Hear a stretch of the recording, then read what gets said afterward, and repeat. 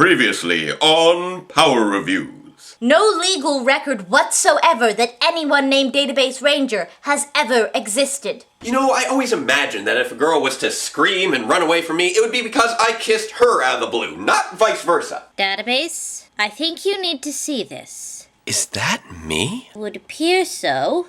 What on earth? You have to let me run tests. And now, Database Rangers Power Review. Greetings, Ranger fans! Salutations. And welcome to Power Reviews! Now, some of you may be wondering about my stylish new headgear. Well, it's, what did you call it again? Laser optic lineation cerebral array transceiver. Yeah, so there's a lolcat on my head. I have no idea what that means. Don't worry about it.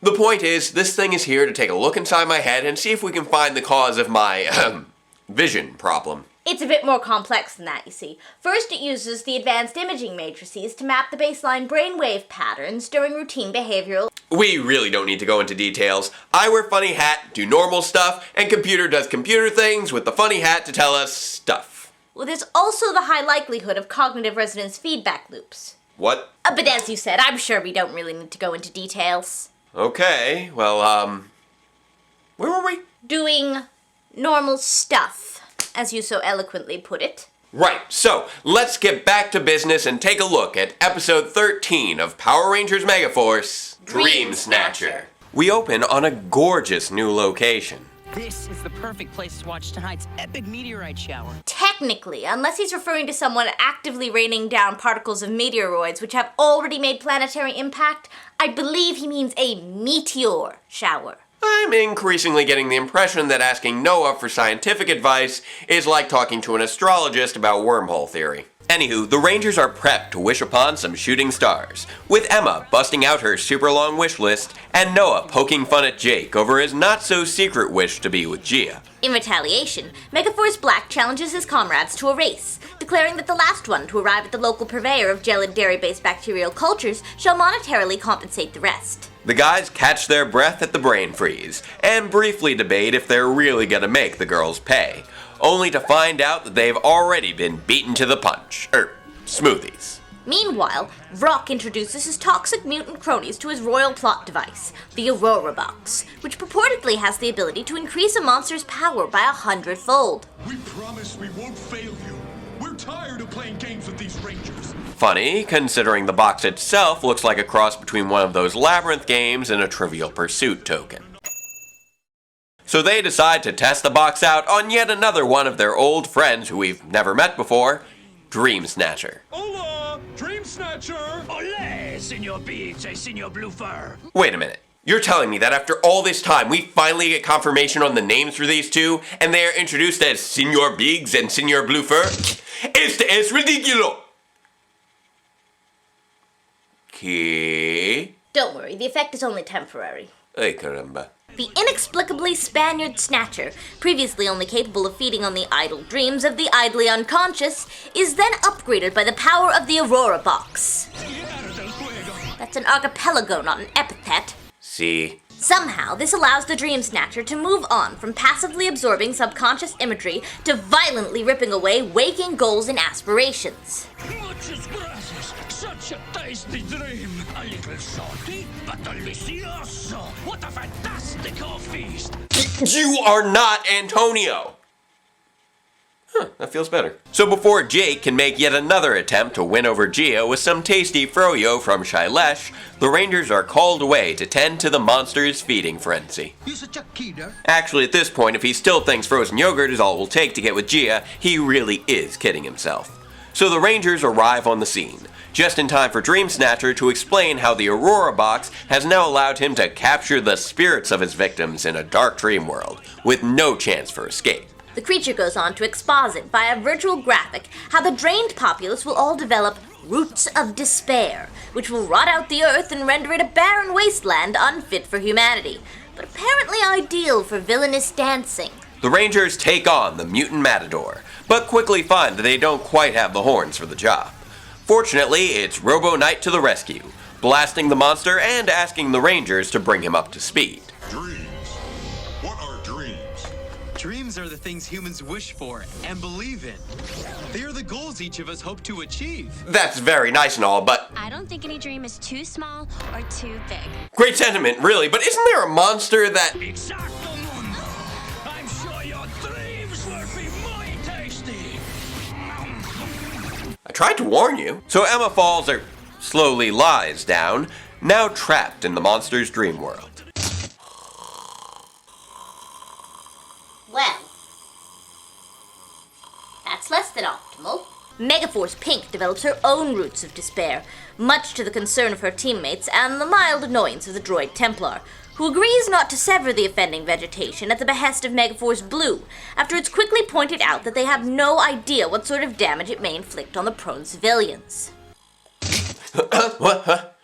Oh. So Emma wakes up in the freaky dark dream world, surrounded by random golden prop pieces and Dream Snatcher's depressed victims. Before she can give in to despair herself, she spots a little girl off in the distance, and resolves not to give up, slowly recalling all of her dreams from her list. And I want to have my photographs published in nature magazines, and I want to help save the rainforest. And I want to achieve world peace and cure world hunger, and to thank the Academy. So it looks like Emma's Miss America speech is enough to force her roots to recede, stirring her teammates to go after Dream Snatcher, while Robo Knight stays behind to protect her from... well, I'm not sure what, but apparently the Gosei morphers double as MP3 players. Is that music I hear? See, and laughter. Those happy sounds are like a dinner bell to me. Their trap sprung, the Megaforce Rangers activate their Ultra Mode, and once again engage the Dream Snatcher, while Megaforce Pink continues her efforts to rouse her fellow prisoners from their depressed stupor, obviously to no... I wish that I could have a kitten. Really? I'll call it Hope. Aww. That's so trite. The rediscovered dreams quickly start piling up, as their wishes become convictions. I will entertain people. And the world. I can make it to the finish line. I will give my parents a trip to Paris. And I want us all to get out of here together. Well, if wishes were horses... We'd apparently all be in the midst of a stampede, as Dream Snatcher vomits up all the spirits of the re-inspired dreamers. I'm fairly certain that's not how that adage is supposed to go. Regardless, you can't argue with the results, as everyone wakes up and Emma hurries to join the others, riding Robo Knight the whole way there. That sounded terrible. Megaforce Pink then proceeds to activate her Ultra Mode as well, joining forces with the Droid Templar and defeating the Dream Snatcher with a merging of the Night Dynamic and Ultra Sky Dynamic attacks. But it's not over yet, as Vrock's Zombats bring back Dream Snatcher in a big way, and the Rangers and Robo Knight bring in the Sky Gosei Great and Gosei Grand Megazords to take him on. Somehow surprised that one cannot extract dreams from an oversized robot, the monster... Dude! That kick was awesome! Yeah, man, yeah! You combine those Megazords! Bust out that dual strike! Show that Dream Snatcher that the Gosei Great Grand don't take none of his... Sorry, I seem to get a little overzealous there. Let's not dwell on it. Following the defeat of the monster, the mutants both agree that the Aurora Box is indeed a powerful tool, one which they intend to use upon themselves in the future. This leads us into a sweet little musical montage of the recovering victims, all now working to make their dreams come true. Whether it's playing music, running through the park without being mugged, getting your parents to leave the country, stealing a helpless and confused little kitten, or in the case of a certain Megazord turned robot warrior. I do not have a dream. Oh, not even of electric sheep? The Droid Templar declines Megaforce Black's invitation to observe the meteor shower, choosing to focus on the mission instead. That night, they all meet up on the hillside again, and although Troy is worried about the potential return of the Aurora Box, Emma encourages them all to focus on their wishes instead. When you wish upon a star. Wait, I thought Disney didn't have the rights to the show anymore. They all join hands to wish for peace and harmony on Robo Knight's behalf, marveling in the beauty of the night sky, as Jake treasures this moment with Gia, and they all remain blissfully unaware of their silent ally, gazing off in wonder as the falling stars reflect upon his face. And that's the end of our episode. So, what did we think of it? Well, I'm feeling a little verklempt. I don't know what that means. Means talk amongst yourselves. I'm the only other one here. I'll give you a topic. We already have one! Oh. There, I feel better now. Where was I? You made it as far as the word well. Oh, right. Well, it took 13 episodes, which is 2/3 of this season, mind you, but it looks like Megaforce has finally done it. What? Found a sense of identity. More than any other season, Megaforce has really struggled with the lack of a coherent theme.